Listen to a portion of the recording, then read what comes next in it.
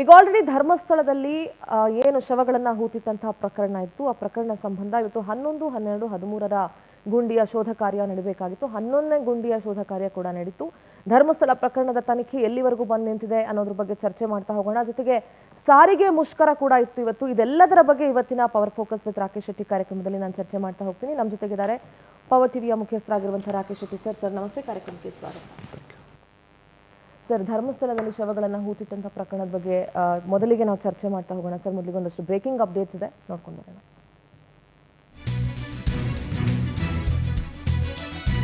ಧರ್ಮಸ್ಥಳದಲ್ಲಿ ಶವ ಹೂತಿಟ್ಟಿದ್ದಾಗಿ ಆರೋಪ ಮಾಡಿದಂಥ ಪ್ರಕರಣ ಇವತ್ತು 11, 12ನೇ ಗುಂಡಿ ಅಗೆಯೋ ಕಾರ್ಯ ಕಂಪ್ಲೀಟ್ ಆಗಿದೆ. 2 ಗುಂಡಿಗಳಲ್ಲೂ ಕೂಡ ಯಾವುದೇ ಕುರುಹು ಸಿಕ್ಕಿಲ್ಲ ಅಂತ ಹೇಳಲಾಗ್ತಾ ಇದೆ. ಅನಾಮಿಕ ಗುರುತಿಸಿದಂತಹ 13 ಸ್ಥಳಗಳ ಪೈಕಿ ಇನ್ನು ಒಂದೇ ಗುಂಡಿ ಬಾಕಿ ಇರೋದು. ನಾಳೆ 13ನೇ ಗುಂಡಿ ಅಗೆಯೋ ಕಾರ್ಯನೂ ಕೂಡ ಮುಕ್ತಾಯ ಆಗೋಗುತ್ತೆ. ಧರ್ಮಸ್ಥಳದಲ್ಲಿ ಹೇಗಿರುತ್ತೆ SITಯ ಮುಂದಿನ ತನಿಖೆಯ ಹಾದಿ ಅನ್ನೋ ಪ್ರಶ್ನೆ ಇದೆ.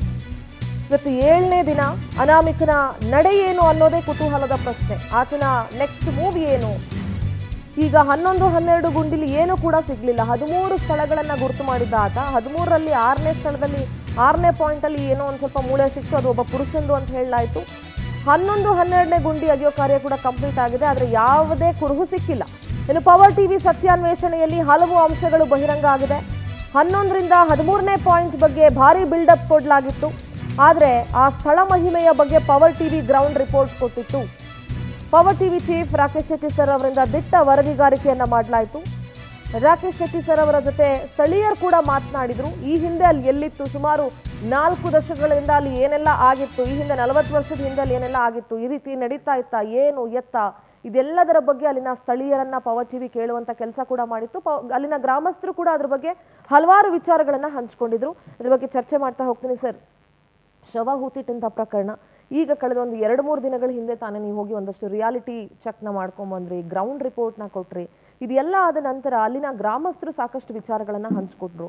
ಎಕ್ಸ್ಪೆಷಲಿ 11ರಿಂದ 13ನೇ ಗುಂಡಿಗೆ ಸಾಕಷ್ಟು ಬಿಲ್ಡಪ್ ಕೊಡಲಾಗಿತ್ತು. ಇದರಲ್ಲಿ ಏನೋ ಇದೆ, ಒಂದು ಮಿನಿಮಮ್ ಒಂದು 3-4 ಅಸ್ಥಿಪಂಜರಗಳು ಅಥವಾ ಇನ್ನೇನೋ ಸಿಗಬಹುದು ಅನ್ನುವಂಥದ್ದೆಲ್ಲ ಇತ್ತು. 13ನೇ ಪಾಯಿಂಟ್ ಅಂತೂ ಇನ್ನೂ ಕುತೂಹಲ ಕೆರಳಿಸಿತ್ತು, ಮೋಸ್ಟ್ ಇಂಪಾರ್ಟೆಂಟ್ ಅಂತ ಹೇಳಲಾಗ್ತಾ ಇತ್ತು. ಸೊ ಸದ್ಯ ಸರ್ ಇದ್ರ ಬಗ್ಗೆ ಚರ್ಚೆ ಮಾಡೋದಾದ್ರೆ ಈಗ 11, 12 ಇವತ್ತು ಮುಗ್ದಿದೆ, ಅದರಲ್ಲಿ ಏನೂ ಕೂಡ ಸಿಕ್ಕಿಲ್ಲ ಇವತ್ತು. Very simple. ನಾವು ಡೇ 1ನಿಂದ ಕ್ಷಮಿಸು ಸೌಜನ್ಯ ಅಂತ ಹೇಳೋದ್ರಿಂದ ಇಲ್ಲಿವರೆಗೆ ಹೇಳ್ತಾ ಇದ್ವಿ. ಇದು ಸ್ಕ್ರಿಪ್ಟ್ ಪ್ಲೇ, ಸ್ಕ್ರೀನ್ ಪ್ಲೇ, ಇದು ಒಂದು ರೀತಿಯ ಡ್ರಾಮಾ ನಡೀತಾ ಇದೆ, ನಾಟಕ ನಡೀತಾ ಇದೆ, ಕತೆ ಬರೀತಾ ಇದ್ದಾರೆ, ಅದಕ್ಕೆ ಒಬ್ಬನನ್ನು ಆ್ಯಕ್ಟಿಂಗ್ಗೆ ಬಿಡ್ತಾ ಇದ್ದಾರೆ ಅನ್ನೋದನ್ನು ನಾವು ಕಳೆದ 2 ವರ್ಷಗಳಿಂದ ಹೇಳ್ತಾ ಬಂದಿದ್ವಿ. ಸೌಜನ್ಯ ಹೋರಾಟವು, ಸೌಜನ್ಯನಿಗೆ ಸಿಗಬೇಕಾದ ನ್ಯಾಯನೂ ಈ ನಕಲಿ ಹೋರಾಟದಿಂದ ದಾರಿ ಯಾವ ರೀತಿ ತಪ್ಪಿತು ಅಂತಲೂ ಡಾಕ್ಯುಮೆಂಟ್ರಿ ಎವಿಡೆನ್ಸ್ ಥರ ತೋರಿಸಿದೆ. ನಾವು ತಲೆಬುರುಡೆ ರಹಸ್ಯ 1 to 12 ಏನಿದೆ, 1 to 13 ಏನು ಪಾಯಿಂಟ್ಗಳನ್ನು ಏನು ಅನಾಮಿಕ ಅಂತ ಹೇಳ್ಕೊಂಡು ಬಂದವನು ತೋರಿಸಿದ್ದಾನೆ ಅಂತ ಹೇಳುವಾಗಲೇ, ಯಾವಾಗ ಪ್ರೆಸ್ ರಿಲೀಸ್ ಆಯಿತು, ಪ್ರೆಸ್ ರಿಲೀಸ್ ಆಗುವಾಗಲೇ ನಾನು ಹೇಳಿದ್ದೀನಿ, this is one kind off screen play, ಇದು ಪ್ಲ್ಯಾಂಡ್ ಗೇಮ್. ಇದು ಧರ್ಮಸ್ಥಳವನ್ನು ಮತ್ತು ಹಿಂದೂ ಧರ್ಮವನ್ನು ಮತ್ತು ವೀರೇಂದ್ರ ಹೆಗಡೆಯವರನ್ನು ಟಾರ್ಗೆಟ್ ಮಾಡುವಂತಹ ಒಂದು ಕ್ರೈಮ್ ನಡೀತಾ ಇದೆ ಅಂತ ಇಲ್ಲಿ ಬೊಬ್ಬಿಟ್ಟು ನಾವು ಹೇಳಿದ್ವಿ. Nobody has dare to tell also. ಯಾರಿಗೂ ಅದನ್ನು ಎದುರಿಸುವಂತಹ ಶಕ್ತಿ, ಹೇಳುವಂತಹ ಶಕ್ತಿ, ಧೈರ್ಯನೂ ಇರಲಿಲ್ಲ.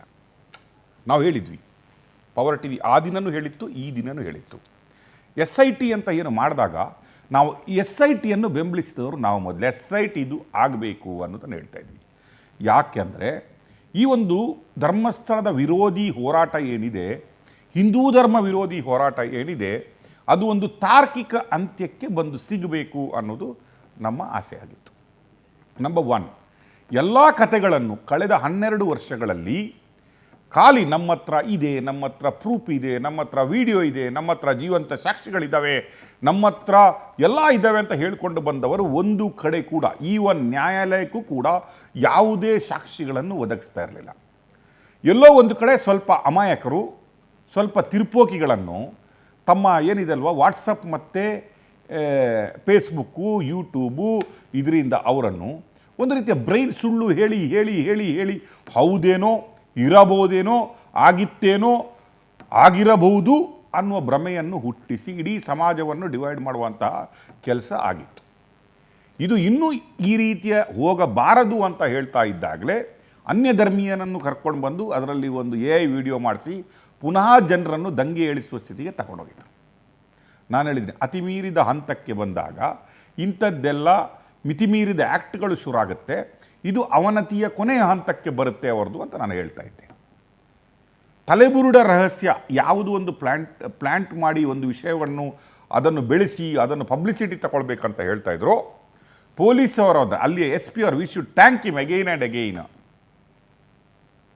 ದಕ್ಷಿಣ ಕನ್ನಡದ SP ಅವರಿಗೆ ಥ್ಯಾಂಕ್ಸ್ ಹೇಳಬೇಕು, ನಾವು ಸಲ್ಯೂಟ್ ಹೊಡಿಬೇಕು. ಯಾಕಂದರೆ ಅವರು ಅನಾಮಿಕನ ಮೇಲೆ ಒಂದು FIR ಮಾಡ್ಕೋತಾರೆ, ಅವರನ್ನು ಕರೆದು ಭೀಮನನ್ನು ಪ್ರೊಡ್ಯೂಸ್ ಮಾಡಲಿಕ್ಕೆ ಹೇಳ್ತಾರೆ. ಆಯಿತು. ಈಗ ನಾನು ಹೇಳ್ತಾ ಇದ್ದೆ, ಅವರೇ ತೋಡಿದ ಗುಂಡಿಗೆ ಬೀಳ್ತಾ ಇದ್ದಾರೆ, ಅವರೇ ಸುತ್ತಾಕೊಂಡ ಬಲೆಯನ್ನು ಅವರೇ ಸಾಯ್ತಾ ಇದ್ದಾರೆ ಅಂತ ಹೇಳಿದ್ವಿ. ನಾವು ತೋರಿಸಿದ್ದೀವಿ. RTIಯಲ್ಲಿ ತೆಗೆದಂತಹ ಪೇಪರ್ಗಳನ್ನು ನಾವು ನಿಮಗೆ ತೋರಿಸಿದ್ದೀವಿ. ಅದು 1985ರಿಂದ 2025ರವರೆಗಿನ ಪೇಪರ್ಗಳನ್ನು ನೀವು ತೋರಿಸಿದ್ದೀವಿ. ನಾವು ಯಾವತ್ತೂ ಅವರ ಥರ ಡಾಕ್ಯುಮೆಂಟ್ ಇಲ್ಲದೆ ಮಾತಾಡಿಲ್ಲ. ನಾವು ಬೊಬ್ಬೆ ಹೊಡೆದು ಹೇಳ್ತಾ ಇದ್ದೀವಿ, ತಗೊಂಡೋಗಿ SITಗೆ ಕೊಡಿ, ನಿಮ್ಮ ಪದ್ಮಲತಾ ಕೊಡಿ, ವೇದವಲ್ಲಿ ಕೊಡಿ, ನಾಗವಲ್ಲಿ ಕೊಡಿ, ಎಲ್ಲ ವಲ್ಲಿಗಳನ್ನು ಮಾವುತಗಳನ್ನು ತಗೊಂಡೋಗಿ ಕೊಡಿ ಅಂತ ನಾವು ಹೇಳಿದ್ವಿ. ಕೊಡಿ, ನೀವು ನಿಮ್ಮ ಹತ್ರ ಇದೆ ಅಲ್ಲ. ಸೋಷಿಯಲ್ ಮೀಡಿಯಾದಲ್ಲಿ ಬೊಬ್ಬೆ ಹೊಡೆಯೋದಕ್ಕಿಂತ ನಿಮಗೆ ನ್ಯಾಯ ಬೇಕಾಗಿದ್ದರೆ ನೀವೇ ಕೇಳಿ ಹಾಕ್ಸ್ಕೊಂಡಂತಹ ಅಧಿಕಾರಿ ಇದ್ದರೆ ಅವರಿಗೆ ತಗೊಂಡೋಗಿ ಕೊಡಿ ಅಂತ ಹೇಳಿದ್ವಿ. 1 to 12 ನಾನು ಗ್ರೌಂಡ್ ರಿಪೋರ್ಟ್ ಮಾಡಿದ್ದೆ. ಅಲ್ಲೇ ನಿಂತ್ಕೊಂಡೋಗಿ ನಾನೇ as A reporter I done A ground report. 1 to 12 ನಾನೇ ಹೇಳಿದ್ದೀನಿ SIT ಅವರು ಭಾರಿ ಕಡಿಮೆ ಕೆಲಸ ಮಾಡ್ತಾ ಇದ್ದಾರೆ ಅಂತ. ಯಾಕಂದರೆ 279 ಹೆಣಗಳನ್ನು ಹುಡುಕಬೇಕಾಗಿದ್ದ SIT ಅವರು ಇನ್ನು ಒಂದು ಹೆಣವನ್ನು ಮಾತ್ರ ತೆಗೆದಿದ್ದಾರೆ ಅಂತ ಹೇಳಿದ್ರಿ. ಯಾಕೆ 279 ಹೇಳೋದಕ್ಕೂ ಕೂಡ ನಿನ್ನೆ ನಾನು ಇಸವಿ ಸಮೇತ ಅದರಲ್ಲಿ ಹಾಕಿದ್ದೀನಿ, TV ನಿನ್ನೆಯ ಪ್ರೋಗ್ರಾಮಲ್ಲಿ ಕೊಡಿದ್ದೀನಿ. 1985ಇಂದ ನೋಡಿ ಆ ಶೀಟನ್ನು ತೋರಿಸಿದ್ದೀನಿ. ಎಷ್ಟು ಹೆಣಗಳು, ಅನಾಥ ಹೆಣಗಳು ಪತ್ತೆಯಾಗಿತ್ತು, ಅದರಲ್ಲಿ ಎಷ್ಟು ಗಂಡಸರದು, ಎಷ್ಟು ಹೆಂಗಸರದು ಮತ್ತು ಎಷ್ಟು ಲಿಂಗ ಪತ್ತೆಯಾಗದ್ದು ಅಂತ ತೋರಿಸಿದ್ದೀನಿ. ಈಗ SIT ಅವರಿಗೆ ಇದರಲ್ಲಿ 279ರಲ್ಲಿ ಒಂದು ಕಳೆಬರಹ ಅಸ್ಥಿಪಂಜರ ಮಾತ್ರ ಸಿಕ್ಕಿದೆ. ಇನ್ನು 278 ಸಿಗಬೇಕು. ಆದರೆ ಇಲ್ಲಿ ಸಿಕ್ಕಿದೆ ಸಿಕ್ಕಿಲ್ಲ ಅನ್ನೋದಕ್ಕಿಂತ ಮುಂಚೆ ಈ ಭೀಮನ ಮೇಲಿನ ಏನು ಅನುಮಾನ ಇದೆ ಅಲ್ಲ, ಜನಗಳು ವ್ಯಕ್ತಪಡಿಸ್ತಾ ಬಂದರು. ಭೀಮ ಅನ್ನುವವನು ಅವನೇ ಆಗಿದ್ದರೆ ಅವನ ಕ್ಯಾರೆಕ್ಟರ್ ಎಂಥದ್ದು, ಅವನು ಏನೆಲ್ಲ ಅಲ್ಲಿ ಮುಂಚೆ ಕ್ರೈಮ್ ಮಾಡಿದ್ದಾನೆ, ಯಾವುದರಲ್ಲೆಲ್ಲ ಇನ್ವಾಲ್ವ್ ಆಗಿದ್ದಾನೆ ಅಂತ ಜನಗಳು ಈಗಾಗಲೇ ಅವನೇ ಆಗಿದ್ದರೆ ಅದೇ ಅಂತ ಮಾತಾಡ್ತಾ ಇದ್ದಾರೆ. ನಾವು ಇವನ ಬಗ್ಗೆ ಹಲವು ಡೌಟ್ಗಳನ್ನು ವ್ಯಕ್ತಪಡಿಸಿದ್ದೀವಿ. ನಂಬರ್ 1 ನಾವು ಹೇಳಿದ್ದೀವಿ, ಇವನೊಬ್ಬನೇ ತಗೊಂಡೋಗಿ ಹೂ ತೂಕ್ಲಿಕ್ಕಾಗಲ್ಲ, ಇವನು ಒಬ್ಬನೇ ಗುಂಡಿ ತೋಡ್ಲಿಕ್ಕಾಗಲ್ಲ, ಇವನು ಒಬ್ಬನೇ ಹೋಗಿ ಇದನ್ನೆಲ್ಲ ಮಾಡಲಿಕ್ಕಾಗಲ್ಲ. ಇವನಿಗೆ ಕಳೆದ 15 ವರ್ಷಗಳ 10 ವರ್ಷದ ನಂತರ ಜ್ಞಾನೋದಯ ಆಗಿದೆ. ಎಲ್ಲಿಂದನೋ ಬಂದಿದ್ದಾನೆ, ಯಾವುದೋ ಒಂದು ಕಳೆಬರಹವನ್ನು ತಂದಿದ್ದಾನೆ, ಅದನ್ನು ತಗೊಂಡು ಬಂದು ಫಸ್ಟ್ ಅಡ್ವೊಕೇಟ್ ಹತ್ರ ಹೋಗಿದ್ದಾನೆ. ಅವರು ಅದನ್ನು ಪ್ರೆಸ್ ರಿಲೀಸ್ ಮಾಡ್ತಾರೆ. ಆ ನಂತರ ಒಂದು ಸಿನಿಮೀಯ ರೀತಿ ನಾಟಕಗಳನ್ನು ಆಡ್ಬಿಟ್ಟು ಮಂಗಳೂರಿಗೆ ಹೋಗೋದು, SP ಆಫೀಸ್ಗೆ ಬರೋದು, ಧರ್ಮಸ್ಥಳಕ್ಕೆ ಬರೋದು ಎಲ್ಲ ನಡೀತು. ಇದು ಎಲ್ಲ ಒಂದು ರೀತಿಯ ಅನುಮಾನಾಸ್ಪದ ರೀತಿಯಲ್ಲಿ ನಡೀತಾ ಇದೆ ಅಂತ ಹೇಳಿದ್ವಿ. ಈಗ ನಾವು 1 to 12 ನಥಿಂಗ್ ಈಸ್ ಫೌಂಡ್. ಅಂದರೆ ಅವನು ತಾನು ತೋರಿಸಿದ ಜಾಗಗಳಲ್ಲಿ ನಾನು ಹುಗುದಾಕಿದ್ದೀನಿ ಅಂತ ಜಾಗಗಳಲ್ಲಿ ಅವನು 164 ಸ್ಟೇಟ್ಮೆಂಟ್ ಮಾಡಿದ ಮೇಲೆ ಅವನು ತೋರಿಸಿದ ಜಾಗದಲ್ಲಿ ಅದು ಇರಲಿಲ್ಲ ಅಂದರೆ ಅವನು ಇಡೀ ಗುಡ್ಡೆ ಅಂತ ಹೇಳಲಿಲ್ಲ. ನಾನು ತೋರಿಸ್ತೀನಿ, ಅಲ್ಲಿ ಅಗಿರಿ ಸಿಗುತ್ತೆ ಅಂತ ಹೇಳಿದ್ದಾನೆ. ಅವನು 15 ವರ್ಷದ ನಂತರ ಅಗ್ದ ಕರೆಕ್ಟ್ ಪ್ಲೇಸಲ್ಲಿ ಹೋಗಿ ಒಂದು ಅಗ್ದುಕೊಂಡು ಬಂದವನೇ. ಈಗ 13 ಅಗಿಲಿಕ್ಕೆ ಆಗ್ತಾಯಿಲ್ಲ. ಅದರಲ್ಲಿ ಒಂದು ಶವ, ಗಂಡಸಿನ ಶವ ಸಿಕ್ಕಿದೆ. ನಿನ್ನೆ ಒಂದು ಶವ ಸಿಕ್ಕಿದ ಕೂಡ ನಮ್ಮ ಮಾಹಿತಿಯ ಪ್ರಕಾರ ಅದು ಮಣ್ಣಲ್ಲಿ ಹೂತು ಹಾಕಲಾದ ಶವ ಅಲ್ಲ, ಯಾರೋ ಸೂಸೈಡ್ ಮಾಡ್ಕೊತಂಥ ಶವ ಕೊಳೆತ ಸ್ಥಿತಿಯಲ್ಲಿ ಹೋಗಿ ಒಂದು 5-6 ಸ್ಕೆಲೆಟನ್ನಲ್ಲಿತ್ತು. ಅದನ್ನು ನಿನ್ನೆ SIT ಅವರು ವಶಪಡಿಸಿಕೊಂಡಿದ್ದಾರೆ ಎನ್ನುವ ಮಾಹಿತಿ ನಮಗಿದೆ.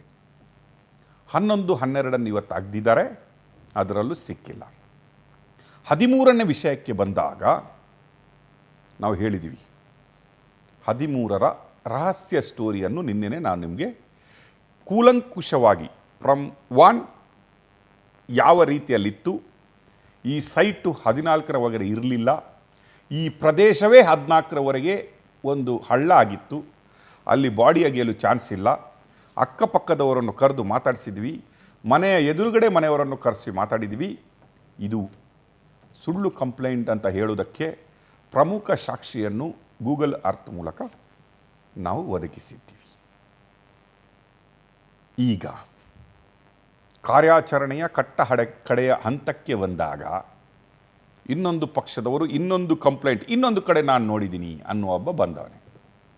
ಅಂದರೆ ಇಲ್ಲೂ ಏನೂ ಸಿಕ್ಕಿಲ್ಲ, ಇನ್ನೂ ಏನೂ ಇಲ್ಲಿ ಆಗಿಲ್ಲ, ಈಗ ಇಲ್ಲಿಗೆ ಕಾರ್ಯಾಚರಣೆ ಮುಗಿದ್ರೆ ನಮ್ಮ ಡಂಬರಾಟಗಳು ನಮ್ಮ ಮುಖವಾಡಗಳು ಕಳಚಿ ಬೀಳ್ತವೆ, ಇವನು ಭೀಮನು ತನ್ನ ಮುಖವಾಡವನ್ನು ಕಳಚಬೇಕಾಗತ್ತೆ ಹಾಕ್ಕೊಂಡಿರೋದು.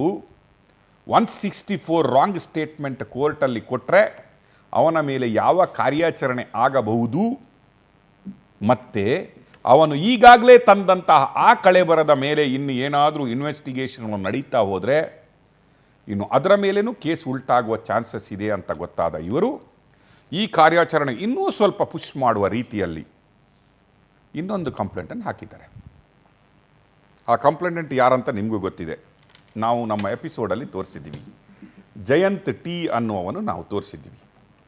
ಏನಂದರೆ ಅವರು ಒಂದು ಕತ್ತಿ ಹಿಡ್ಕೊಂಡು ಇಡೀ ಕಾಡಲ್ಲಿ ಹೆಣ ಹುಡುಕುವುದನ್ನು, ಅಸ್ಥಿ ಪಂಜರವನ್ನು ಹುಡುಕುವುದನ್ನು ನಾವು ನಿಮಗೆ ತೋರಿಸಿದ್ವಿ. ರಾತ್ರೋರಾತ್ರಿ ಹುಡುಕ್ತಾಯಿದ್ರು. ಅವರಿಗೆ ಆ ಪರ್ಮಿಷನನ್ನು ಯಾರು ಕೊಟ್ಟರು, ಅವರನ್ನು ರಿಸರ್ವ್ ಫಾರೆಸ್ಟ್ಗೆ ಎಂಟ್ರಿ ಮಾಡಲಿಕ್ಕೆ ಯಾರು ಕೊಟ್ಟರು ಅಂತ ಹೇಳೋದಕ್ಕಿಂತ ಮುಂಚೆ ನಿನ್ನೆ ಅವರ ಒಂದು ಎಪಿಸೋಡಲ್ಲಿ ಪ್ರೆಸ್ ಕಾನ್ಫರೆನ್ಸಲ್ಲಿ ಅವ್ರು ಹೇಳ್ತಾರೆ, ನಾನು ದೂರದಿಂದ ಹೋಗ್ತಾ ಇದ್ದೆ, ಯಾರೋ ಒಬ್ಬಳನ್ನು ಅಗದು ಹಾಕ್ತಾ ಇದ್ರು, ನಾನು ತುಂಬ ದೂರದಲ್ಲಿದ್ದೆ ಅಂತ ಅವರೇ ಒಪ್ಕೋತಾರೆ. ನೀವು ಐಡೆಂಟಿಫೈ ಮಾಡ್ಬೋದಾ ಅಂತ ಕೇಳಿದರೆ, ಇಲ್ಲ ನಾನು ಐಡೆಂಟಿಫೈ ಮಾಡಲಿಕ್ಕಾಗಲ್ಲ, ಸ್ವಲ್ಪ ದೂರದಿಂದ ನೋಡಿದೆ, ನಾನು ಕೂಲಿಗಾಗಿ ಹೋಗ್ತಾ ಇದ್ದೆ, ಕೂಲಿಗೆ ಹೋಗುವಾಗ ದೂರದಿಂದ ನೋಡಿದೆ ಅಂತ ಹೇಳ್ತಾರೆ.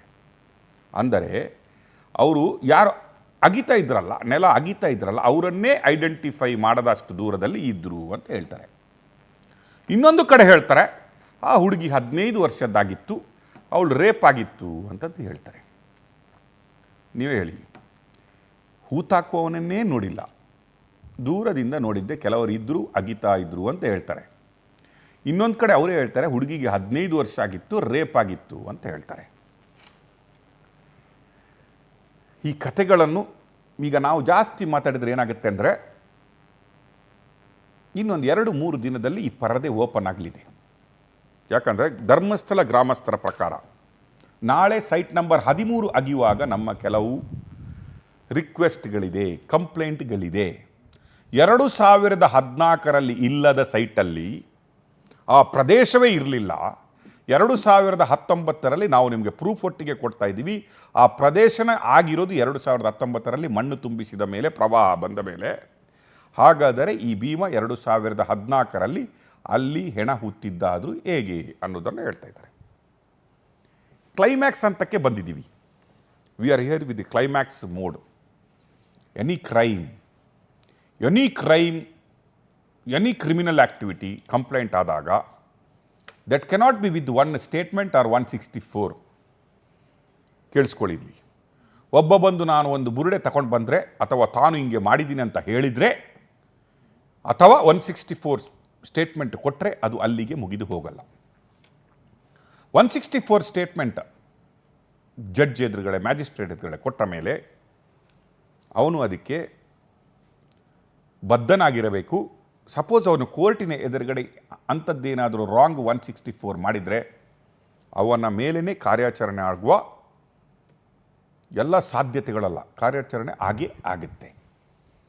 Misleading court, giving wrong 164 statement. ಈಗ ಭೀಮ ಆ ಸ್ಟೇಜ್ಗೆ ರೀಚ್ ಆಗ್ತಾ ಇದ್ದಾನೆ ಅಂತ ನನಗನ್ಸುತ್ತೆ. If it is proved point number 13 is wrong, then it is a problem. ಇವತ್ತಿನ ವರದಿ ಬಂದ ಪ್ರಕಾರ, ನಮ್ಮ ಗ್ರೌಂಡ್ ರಿಪೋರ್ಟ್, ಈಗಲೂ ನಮ್ಮ ಸ್ಟಾಫ್ಸ್ ಅಲ್ಲೇ ಇದ್ದಾರೆ, ಗ್ರೌಂಡ್ ರಿಪೋರ್ಟ್ ಪ್ರಕಾರ ಈವನ್ SIT ಅವರು ಕೂಡ ಒಂದು ಹಂತಕ್ಕೆ ಇನ್ವೆಸ್ಟಿಗೇಷನಲ್ಲಿ ತಲುಪಿದ್ದಾರೆ. ಅವರಿಗೂ ಇದು ಗೊತ್ತಾಗಿದೆ, this is scripted drama, screen play. ಇದರ ಪ್ರೊಡ್ಯೂಸರ್ ಯಾರು ಅಂತ ಫೈಂಡ್ ಔಟ್ ಮಾಡೋದ್ರಿದ್ದಾರೆ, ಬಟ್ ಡೈರೆಕ್ಟರ್ ಯಾರು ಅಂತ ಆಲ್ರೆಡಿ ಫೈಂಡ್ ಔಟ್ ಮಾಡಿದ್ದಾರೆ. ಡೈರೆಕ್ಟರ್ ಯಾರು, ಕೋ ಡೈರೆಕ್ಟರ್ ಯಾರು, ಭೀಮನನ್ನು ನಾಯಕನನ್ನಾಗಿ ಮಾಡಿದ್ದು ಯಾರು ಅನ್ನೋದನ್ನು ಫೈಂಡ್ ಔಟ್ ಮಾಡ್ತಾ ಇದ್ದಾರೆ. ಆ ನಿಟ್ಟಿನಲ್ಲಿ SIT ಅವರು ತಮ್ಮ ಇನ್ವೆಸ್ಟಿಗೇಷನನ್ನು ಸ್ಟಾರ್ಟ್ ಮಾಡಿದ್ದಾರೆ ಅನ್ನುವ ಮಾಹಿತಿ ನಮಗೆ ಇದೆ. ಪವರ್ ಟಿವಿ ಗೊತ್ತು ನಿಮಗೆ. ಡೇ ಒನ್ನಿಂದ ನಮ್ಮ ಸ್ಟ್ಯಾಂಡ್ ವೆರಿ ಕ್ಲಿಯರ್.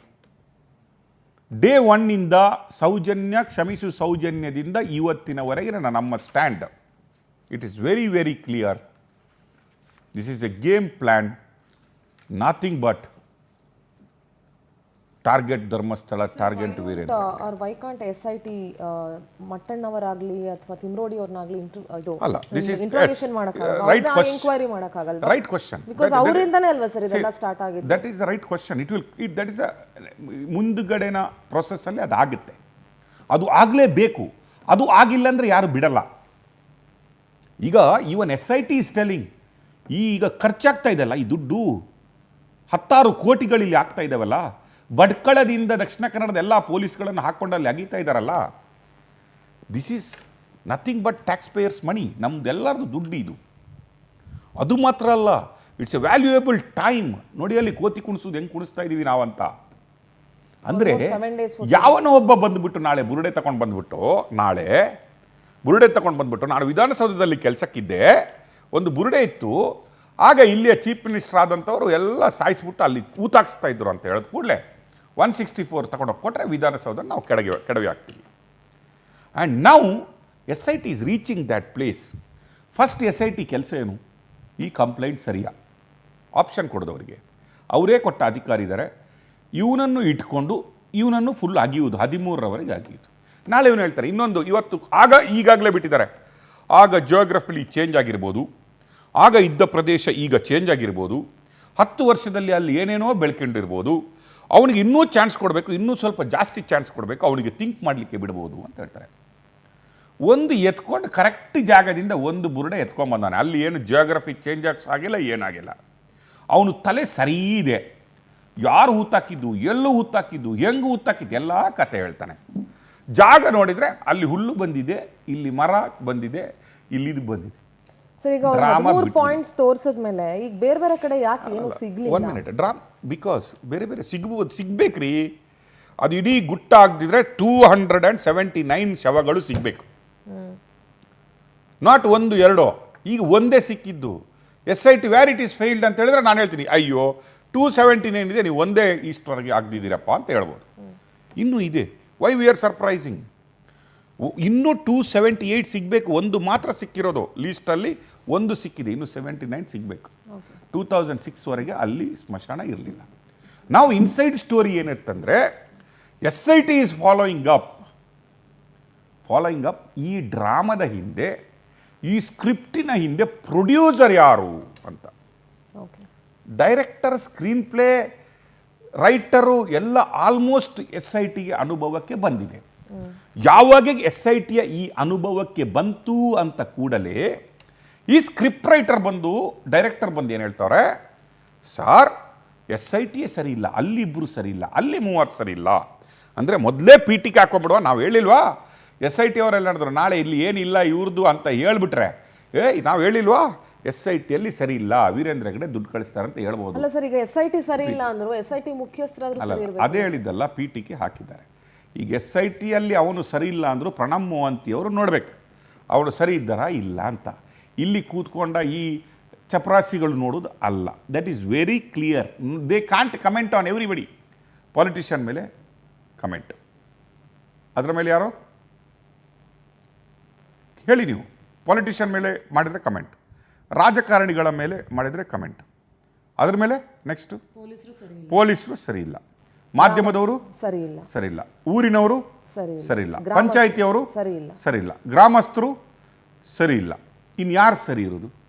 SIT ಮಾಡಿದ್ದು ಸರಿ ಇಲ್ಲ, CBI ಮಾಡಿದ್ದು ಸರಿ ಇಲ್ಲ, ಜಡ್ಜಸ್ಗಳು ಸರಿ ಇಲ್ಲ, ಹೈಕೋರ್ಟು ಸರಿ ಇಲ್ಲ.